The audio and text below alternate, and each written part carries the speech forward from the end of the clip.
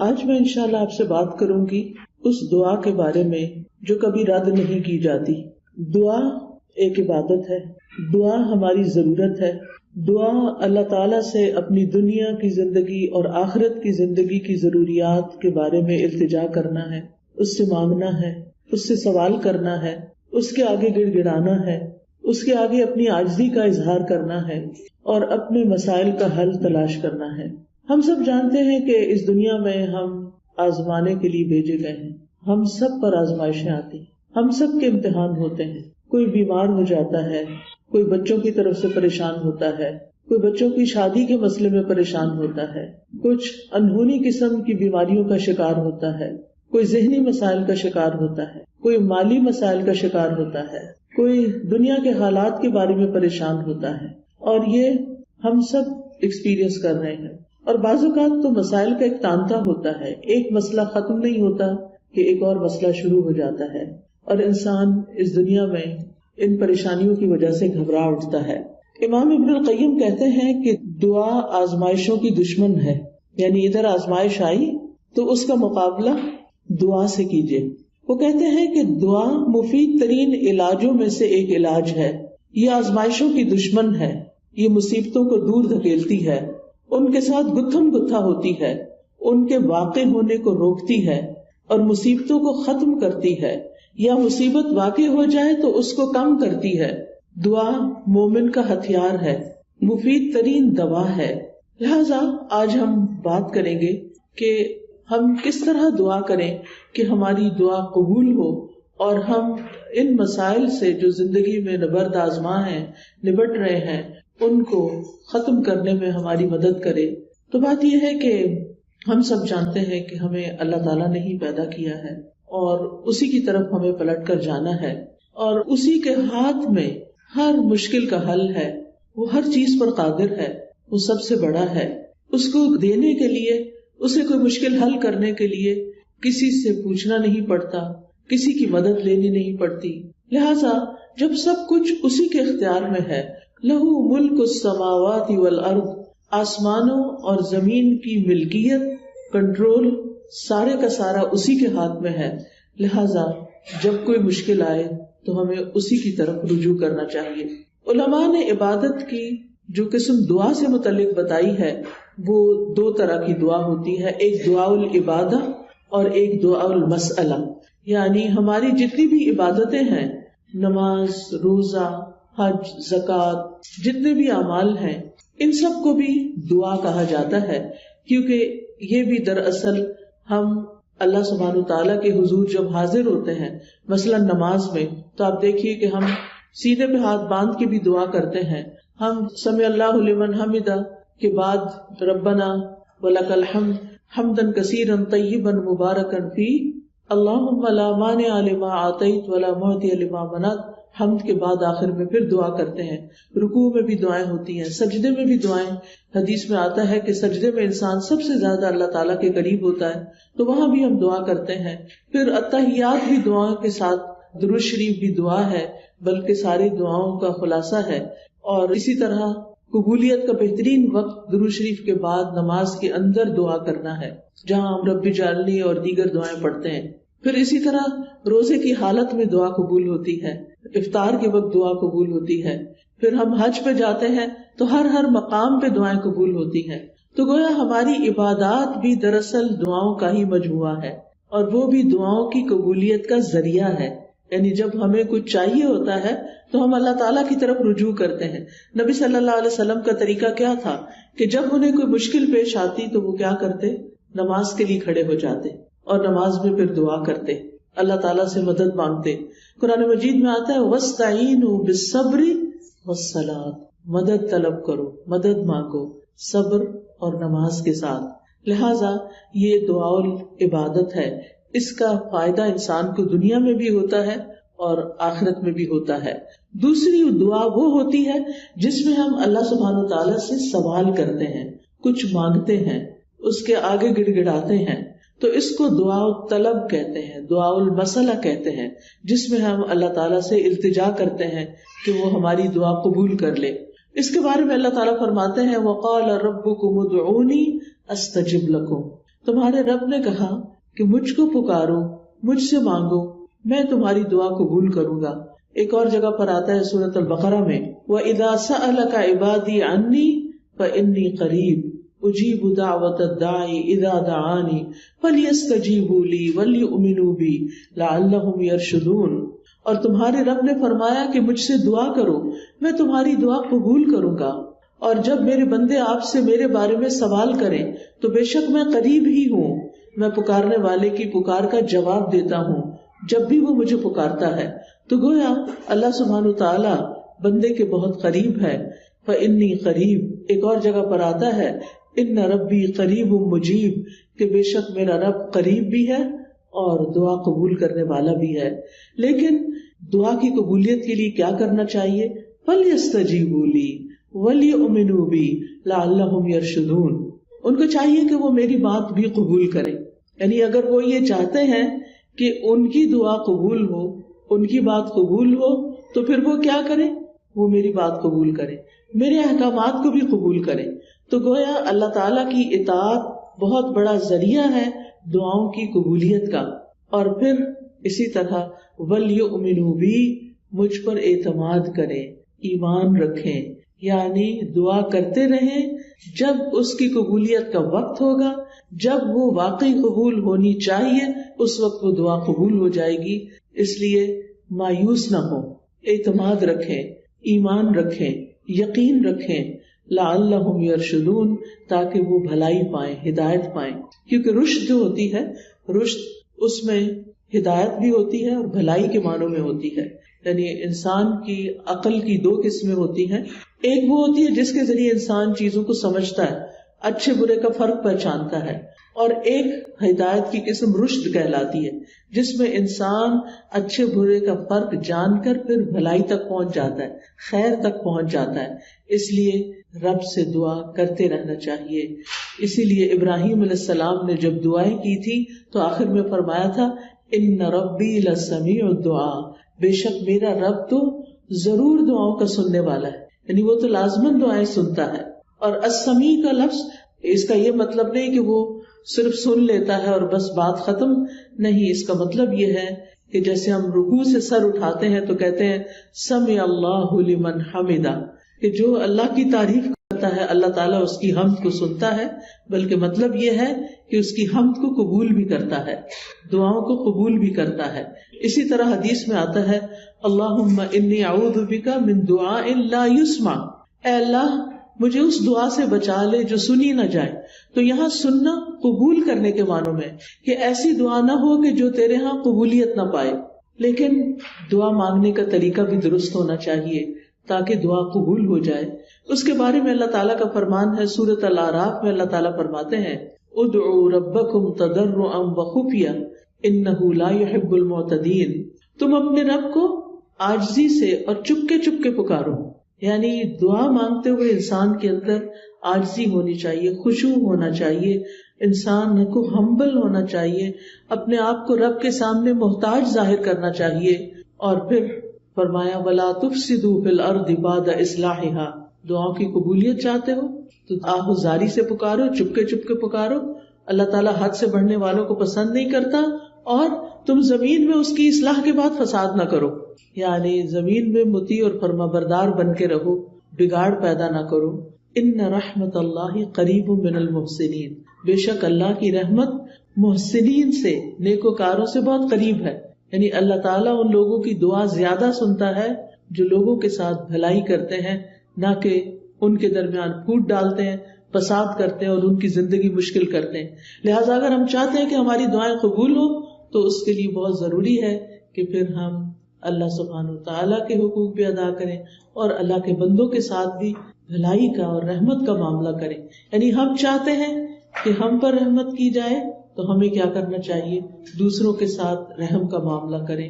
کہتے ہیں نا ارحموا من فی الارض یرحمکم من فی السماء، تم اس پر رحم کرو جو زمین میں ہے تو تم پر وہ رحم فرمائے گا جو آسمان میں ہے، یعنی اللہ سبحانہ وتعالیٰ تم پر اپنی رحمت فرمائے گا۔ تو اس سے یہ پتہ چلتا ہے کہ دعا مانگنے کے وقت انسان کا طریقہ کیا ہونا چاہیے۔ سب سے پہلے کہ گڑ گڑا کے پوری توجہ سے رو کے اللہ سبحانہ تعالیٰ کے آگے فریادیں کر کے، لیکن حد سے نہ بڑھا جائے. حد سے بڑھنا کیا ہے کہ انسان ایسی حرکتیں شروع کر دے کہ جن کا سنت سے کوئی تعلق نہیں. نبی صلی اللہ علیہ وسلم نے اس طرح کی دعا نہیں مانگی. پھر اسی طرح یہ کہ پوری امید کے ساتھ دعا کرنی چاہیے، پورے یقین کے ساتھ دعا کرنی چاہیے کہ ہماری دعا قبول ہوگی. اللہ تعالیٰ سے نا امید نہیں ہونا چاہیے. وَادْعُوهُ خَوْفًا وَطَمَعًا، خوف رکھتے ہوئے اور امید کے ساتھ دعائیں کرنی چاہیے. یعنی انسان دعا مانگنے سے رکے نہیں بلکہ مانگتا رہے. دیکھا جائے تو اللہ تعالیٰ کو تو انسان کی دعا کی ضرورت نہیں کہ بندہ اس سے ضرور مانگے. یہ تو انسان کے اپنے فائدے میں ہے کہ انسان اللہ سے مانگتا رہے. یہ جو اللہ تعالیٰ ہمیں حکم دے رہے ہیں کہ دعا مانگتے رہو، تو آپ دیکھیے کہ اس میں ترغیب دی جا رہی ہے. اس کو ضرورت نہیں ہے، ہمیں ضرورت ہے، ہم محتاج ہیں. سورۃ فاطر میں اللہ تعالیٰ فرماتے ہیں یا ایھا الناس انتم الفقراء الی اللہ واللہ هو الغنی الحمید. اے لوگو تم سب اللہ کے محتاج ہو اور اللہ بے نیاز ہے، تعریف والا ہے. یعنی محتاج ہم ہیں، ضرورت ہماری ہے اور اللہ بے نیاز ہے، اس کو ضرورت نہیں ہے، اس کو کسی کی محتاجی نہیں ہے کہ کوئی دعا کرے گا تو اس کی شان بلند ہوگی. وہ تو پہلے سے ہی بلند شان کا مالک ہے. ایک حدیث قدسی میں آتا ہے اللہ تعالیٰ فرماتے ہیں اے میرے بندو تم کبھی مجھے نقصان پہنچانے کی طاقت نہیں رکھو گے، یعنی میرا کچھ نہیں بگاڑ سکتے کہ مجھے نقصان پہنچا سکو، نہ کبھی مجھے فائدہ پہنچانے کے قابل ہوگے کہ مجھے فائدہ پہنچا سکو. نہ ہم اللہ تعالیٰ کا نقصان کر سکتے ہیں اور نہ ہی اس کو فائدہ دے سکتے ہیں. اسی لیے ایک اور حدیث میں آتا ہے اے میرے بندو اگر تمہارے پہلے والے اور تمہارے بعد والے اور تمہارے انسان اور تمہارے جن سب مل کر تم میں سے ایک انتہائی متقی انسان کے دل کی طرح ہو جائیں تو اس سے میری بادشاہت میں کوئی اضافہ نہیں ہوگا. یعنی اگر ہم سب کے سب بہت نیک بھی بن جائیں تو اللہ تعالیٰ کو تب بھی کوئی فائدہ نہیں. ہم اپنا سارا مال بھی خرچ کر دیں تو اللہ تعالیٰ کا کچھ بھی فائدہ نہیں، اس کا ریٹرن خود ہم ہی کو ملنے والا ہے. تو بات یہ ہے کہ دعا انسان ہی کو فائدہ دیتی ہے، لہذا دعا مانگتے رہنا چاہیے کیونکہ دعا ایک عبادت ہے. ہم اپنی زندگی میں جتنی بھی دعائیں کریں گے اتنی زیادہ اللہ تعالیٰ کی محبت پائیں گے، کیونکہ نبی صلی اللہ علیہ وسلم نے فرمایا لیس شیء اکرم علی اللہ من الدعاء، اللہ کے ہاں دعا سے بڑھ کر کوئی چیز عزت والی نہیں. یعنی ہم بندوں سے مانگتے ہیں تو وہ کیا ہوتا ہے، ذلت ہوتی ہے، لیکن جب ہم اللہ سے مانگتے ہیں تو اللہ تعالیٰ کے ہاں درجات بلند ہوتے چلے جاتے، عزت بڑھتی چلی جاتی ہے. دعا کرنے والے سے اللہ تعالیٰ محبت کرتا ہے اور جو دعا نہیں کرتا اس سے کیا ہوتا ہے پتہ نا آپ کو، اللہ تعالیٰ اس سے ناراض ہوتا ہے. جو دعا نہیں کرتا، جو اللہ سے نہیں مانگتا، جو اللہ کے سامنے اپنی حاجت نہیں رکھتا، اللہ تعالیٰ اس سے ناراض ہوتا ہے. لہٰذا دعا کرنے والے اللہ کے محبوب ہیں اور نہ مانگنے والوں سے اللہ تعالیٰ ناراض ہوتا ہے. دعا نہ کرنا تکبر کی علامت ہے. بعض لوگوں کو کہا جاتا ہے نا دعا کرو، کہتے بہت کر لی کوئی فائدہ نہیں ہوا، یا کہتے ہیں اس کو تو پتہ ہی ہے ہمیں کیا چاہیے، ہمیں کیا ضرورت ہے کہ ہم اس سے مانگے. نہیں، ہمیں ضرورت ہے اس سے مانگنے کی، اور جب تک ہم مانگتے رہیں گے ہماری نیکیوں میں اضافہ ہوتا رہے گا اور ایک وقت آئے گا کہ قبول بھی ہو جائے گی. قیامت کے دن یعنی ہر دعا قبول ہوتی ہے. کچھ دعائیں دنیا میں اسی وقت دیر اینڈ دین قبول ہو جاتی، کچھ دعاؤں کے بدلے میں اللہ تعالیٰ ہماری کچھ اور خیر بھلائی کر دیتا ہے جو ہم خود مانگ نہیں رہے ہوتے. اللہ تعالیٰ وہ چیزیں ہمیں عطا کر رہا ہوتا ہے جو ہماری اس دعا کی قبولیت سے زیادہ بڑی ضرورت ہوتی ہے، اور کچھ دعائیں ہماری آخرت کے لیے سیو کر دی جاتی ہیں. جب ہمارے عمل میں کچھ بہت اچھا نہیں ہوتا، ہمارے پاس بہت ساری نیکیاں نہیں ہوتی، لیکن ہم کسی مسئلے میں پریشان ہوتے ہیں اور دعائیں کرتے رہتے ہیں، تو یہ ہماری نیکیوں میں اضافے کا ذریعہ بن جاتی ہیں. اور قیامت کے دن اللہ تعالیٰ کے ہاں جو بندہ ان دعاؤں کا اجر پائے گا جو دنیا میں قبول نہیں ہوئی تھی، تو انسان کیا تمنا کرے گا، کاش دنیا میں میری کوئی دعا بھی قبول نہ ہوئی ہوتی اور آج سارے کا سارا مجھے یہی ملتا. ہم سب جانتے ہیں کہ دنیا کی زندگی جو ہے وہ ہماری بہت ہی محدود سی ہے. یہاں اگر ہمیں سب کچھ بھی مل جائے تو بھی ہم دیکھتے ہیں کہ یا وہ چیز ختم ہو جاتی یا ہم چلے جاتے ہیں دنیا سے. یعنی کچھ بھی تو یہاں باقی رہنے والا نہیں. ہمارے پاس قارون کے خزانے بھی ہوں تو وہ بھی ختم ہو جائیں گے، تو بھی ہمیں دنیا سے چلے جانا ہے. کل من علیہا فان ویبقى وجہ ربک ذو الجلال والاکرام. اس لیے کبھی بھی مایوس نہ ہو، مانگتے چلے جائیں، مانگتے چلے جائیں. دعا مانگنے سے کبھی بھی تھکے نہیں. لیکن دعا مانگنے کے کچھ آداب ہیں، کچھ شرائط ہیں، وہ ہمیں ضرور سیکھ لینی چاہیے. اور اگر ہم نے سیکھی ہوئی ہیں تو ضرور دوہرا لینی چاہیے. اور اس کا فائدہ کیا ہے کہ اس سے ہماری دعائیں قبول بھی ہوں گی اور ہمارے دل میں ایک اطمینان بھی پیدا ہوگا. تو ابن قیم نے چند سطروں میں دعا کا خوبصورت نچوڑ پیدا کیا ہے.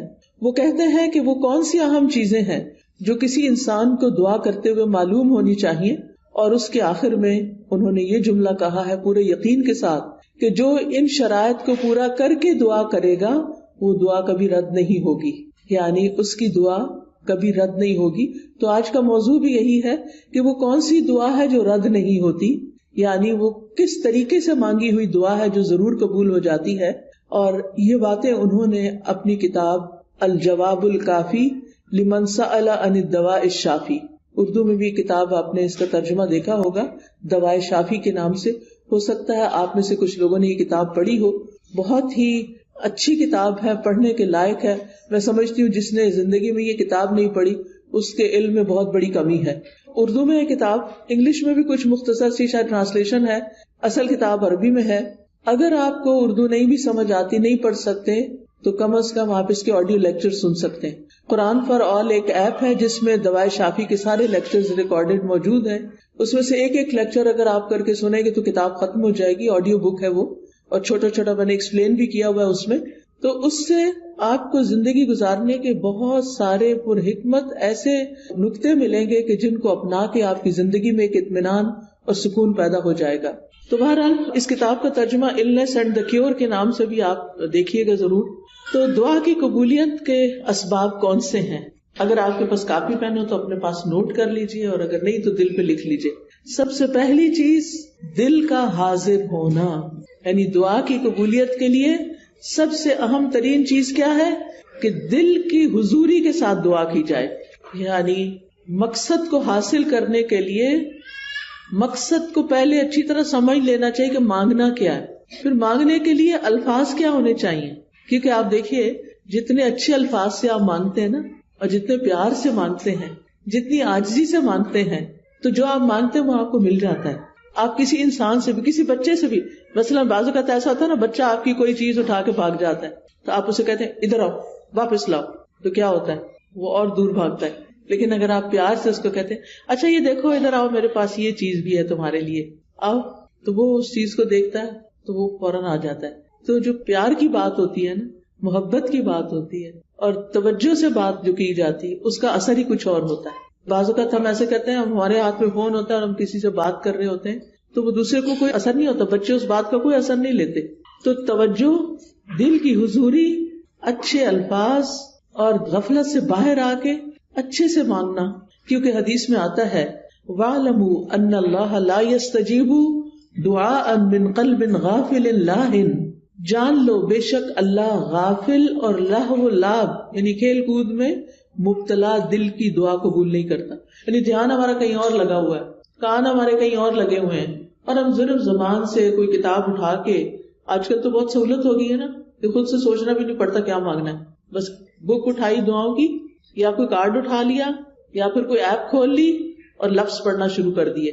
ٹھیک ہے وہ بھی دعائیں ہیں، لیکن ان کو بھی سلیقے سے پڑھنے کی ضرورت ہے. ان پر بھی جب آپ پڑھتے ہیں نا تو صرف ایسے نہیں کہ قرآن کی تلاوت کر رہے ہیں بغیر سوچے سمجھے تو دعائیں بھی بغیر سوچے سمجھے پڑھتے چلے جائیں، ایسا نہیں کرنا، بلکہ جو کچھ بول رہے ہیں اس کو سمجھنا بھی ہے، کیا مانگ رہے ہیں، کیوں مانگ رہے ہیں.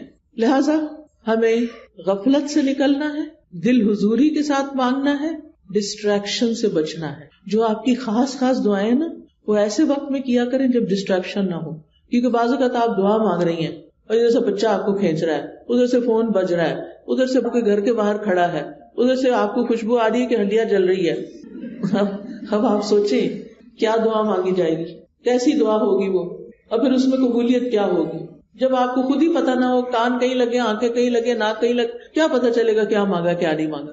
لہٰذا ایسے وقت میں مانگے جب آپ اکیلے ہوں، تنہا ہوں، آپ اور آپ کا رب ہو، پھر آپ اسے چپکے سرگوشیاں کریں. اذ نادى ربه نداء خفيا، زکریا علیہ السلام نے اپنے رب کو پکارا تھا چپکے خفیہ. ادعوا ربکم تضرعا وخفیا، عاجزی اور زاری بھی ہو اور چپکے چپکے مناجاتیں بھی ہوں، کیونکہ دعا کرتے وقت جذبات بھی ساتھ ہونے چاہیے، یعنی اللہ کی رحمت کو محسوس کرنا چاہیے، اللہ کا شکر ادا کرنا چاہیے کہ اس نے توفیق دی ہے، اور پھر اس یقین کے ساتھ کہ اللہ بڑا مہربان ہے، رحم فرمانے والا ہے، وہ اس وقت بھی سن رہا ہے، وہ میرے دل کی حالت جانتا ہے، اور وہ کچھ دے سکتا ہے جو میں مانگ رہی ہوں۔ جب آپ بندوں سے کچھ مانگتے ہیں نا تو بعض اوقات ان کے پاس ہوتا بھی ہے، وہ نہیں دیتے، لیکن اللہ تعالیٰ جب دیتے ہیں تو اس کے خزانوں میں تو کمی ہوتی ہی نہیں۔ بندوں کو تو یہ خوف ہوتا ہے نا، ہم نے دے دیا تو ہمارا کیا بنے گا، ہر دفعہ ایسے ہی ہوتا ہے نا، کوئی ہم سے کچھ مانگ لے تو پہلے ہم سوچتے ہیں ہمارا کام چلے گا دینے کے بعد، بس اتنا ہی دیتے ہیں جتنا ہم بس دینا چاہتے ہیں، اس سے آگے نہیں۔ اللہ سبحانہ وتعالیٰ کے خزانے بھرے ہوئے ہیں، جب سے زمین و آسمان بنا ہے وہ خرچ کیے چلے جا رہا ہے، لیکن اس کے خزانوں میں قطرے برابر بھی کمی نہیں ہوئی، قطرے برابر بھی کمی نہیں ہوئی۔ اس کو کیا فرق پڑتا ہے؟ اور جب ہم یہ جانتے ہیں کہ زمین و آسمان کی ہر چیز اس کے کنٹرول میں ہے، وہ بادشاہ ہے، وہ مالک ہے، اور وہ دینے پہ پوری طرح قادر ہے، تو پھر ہم اس امید کے ساتھ مانگے۔ قرآن مجید میں آتا ہے کہ وَإِن مِّن شَيْءٍ إِلَّا عِندَنَا خَزَائِنُهُ وَمَا نُنَزِّلُهُ إِلَّا بِقَدَرٍ مَّعْلُومٍ، کوئی چیز ایسی نہیں، یو نیم اٹ، کہ جس کے خزانے ہمارے پاس نہ ہو، لیکن ہم ان خزانوں میں سے کتنا کتنا دیتے ہیں، کتنا کتنا اتارتے ہیں، ایک معلوم اندازے کے مطابق، ایک مقرر اندازے کے مطابق، کیونکہ اللہ تعالی الحکیم بھی ہے، اس کو پتا ہے کس انسان کو کب کون سی چیز دینی چاہیے، کیونکہ وہ ہمارے بارے میں ہم سے زیادہ جانتا ہے نا، کہ اگر میں نے اس کی دعا قبول کر لی اور اس کو وہ مل گیا جو چاہتا ہے، پھر یہ مجھے بھول جائے گا، اور مجھ سے غافل ہونا اور بھولنا اس بندے کے حق میں نقصان دہ، لہٰذا بہتر ہے کہ اس کی دعا ابھی قبول نہ کی جائے، یہ کچھ اور مانگ لے۔ یعنی بعض لوگوں کی دعا صرف اس لیے قبول نہیں کی جاتی کہ ان کا رونا اللہ کو پسند ہوتا ہے، ان کا مانگتے رہنا اللہ کو پسند ہوتا ہے، کیونکہ جب ہم دکھی ہوتے ہیں، تکلیف میں ہوتے ہیں، پریشان ہوتے ہیں، تو پھر ہم اللہ کی طرف رجوع کرتے ہیں، اور جب ہماری ضروریات پوری ہو جاتی ہیں تو پھر ہم کیا کرتے ہیں، پھر تو ہم نماز پڑھنا بھی بھول جاتے ہیں، پھر ہم صدقہ خیرات دینا بھی بھول جاتے ہیں۔ لہٰذا اللہ سبحانہ وتعالیٰ ہمیں کسی نہ کسی مشکل میں ڈالے رکھتا ہمارے فائدے کے لیے، ہماری بھلائی کے لیے، تاکہ ہم اللہ تعالیٰ کی طرف رجوع کرتے رہیں۔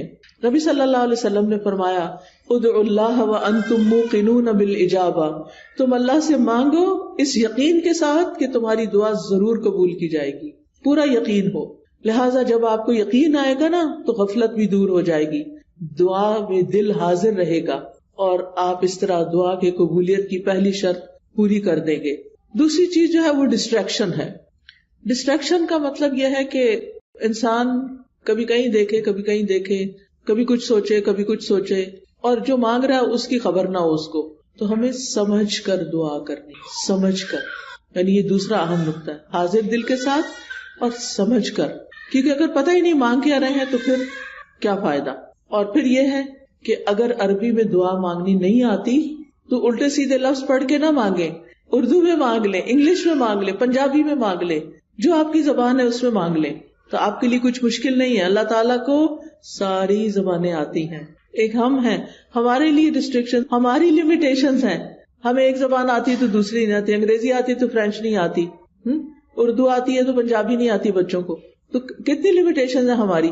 اللہ تعالیٰ کے لیے کچھ مشکل نہیں، کسی بھی ڈائلیکٹ میں، کسی بھی زبان میں، کسی بھی وقت، کسی بھی لمحے کچھ بھی مانگتے ہیں، وہ سب کچھ سمجھتا ہے، جانتا ہے، اور دینے پر پوری طرح قادر ہے۔ پھر آپ دیکھیے کہ دعا کرتے وقت کسی بے مقصد کام میں مشغول نہ ہو۔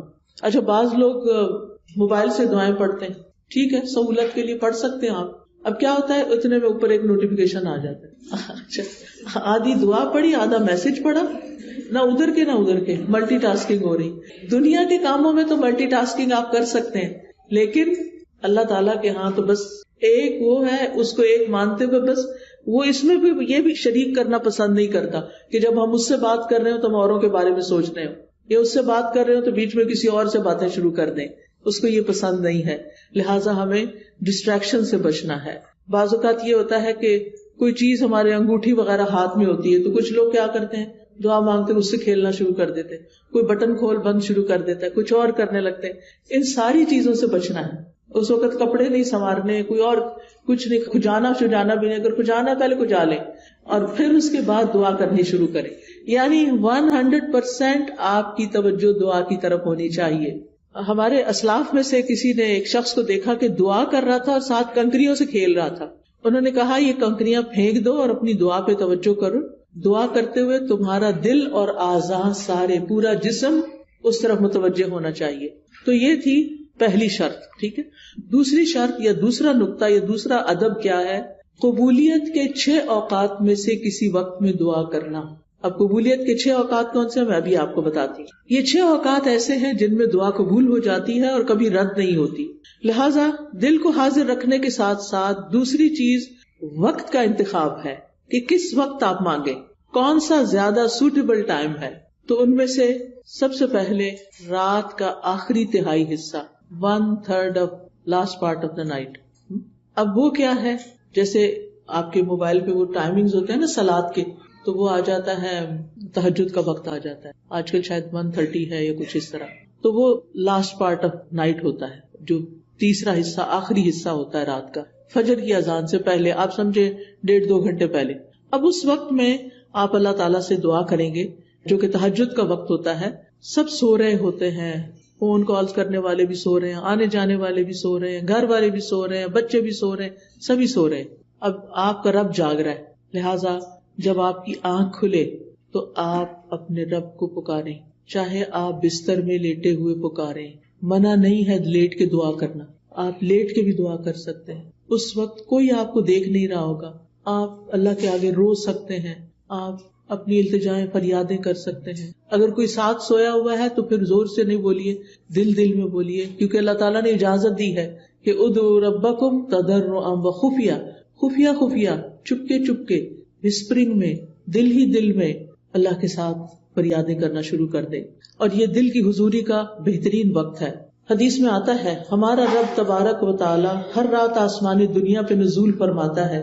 جب رات کا آخری تہائی حصہ باقی رہ جاتا ہے اور وہ آواز دیتا ہے کوئی جو مجھ سے دعا کرے تو میں اسے قبول کر لوں. اللہ تعالیٰ خود پکار رہے ہیں، مانگو مجھ سے. ہے کوئی جو مجھ سے مانگے تو میں اسے عطا کر دوں. ہے کوئی جو مجھ سے بخشش طلب کرے تو میں اس کو معاف کر دوں. اور یہ ہر رات ہوتا ہے، ایوری نائٹ. لہٰذا اس وقت سے فائدہ اٹھانا چاہیے. اگر ہم اپنے گناہوں سے پریشان ہیں، اپنی بری عادتوں سے پریشان ہیں، اپنے کچھ مینٹل ہیلتھ کے بارے میں پریشان ہیں، کسی خاص مسئلے کے بارے میں پریشان ہیں، تو اس آخری حصے میں رات کے اٹھیں اور اللہ تعالیٰ سے دعا کریں. اللہ تعالیٰ اپنی شان کے مطابق آپ کو نوازے گا اور یہ دعاؤں کی قبولیت کا سنہری موقع ہوتا ہے. دوسرے مواقع کون سے ہیں؟ ابن القیم لکھتے ہیں وَعِندَ الْأَذَانِ، حدیث میں بھی آتا ہے اذان. اب آپ کہیں گے ہمارے گھر میں تو اذان ریکارڈیڈ ہے. بالکل ریکارڈیڈ اذان بھی اذان ہے، وہ کچھ اور تو نہیں ہے نا. بعض لوگ کہتے ہیں اچھا اس کا جواب دیں. بھئی کیوں نہ دیں، وہ کیا کہہ رہا ہے؟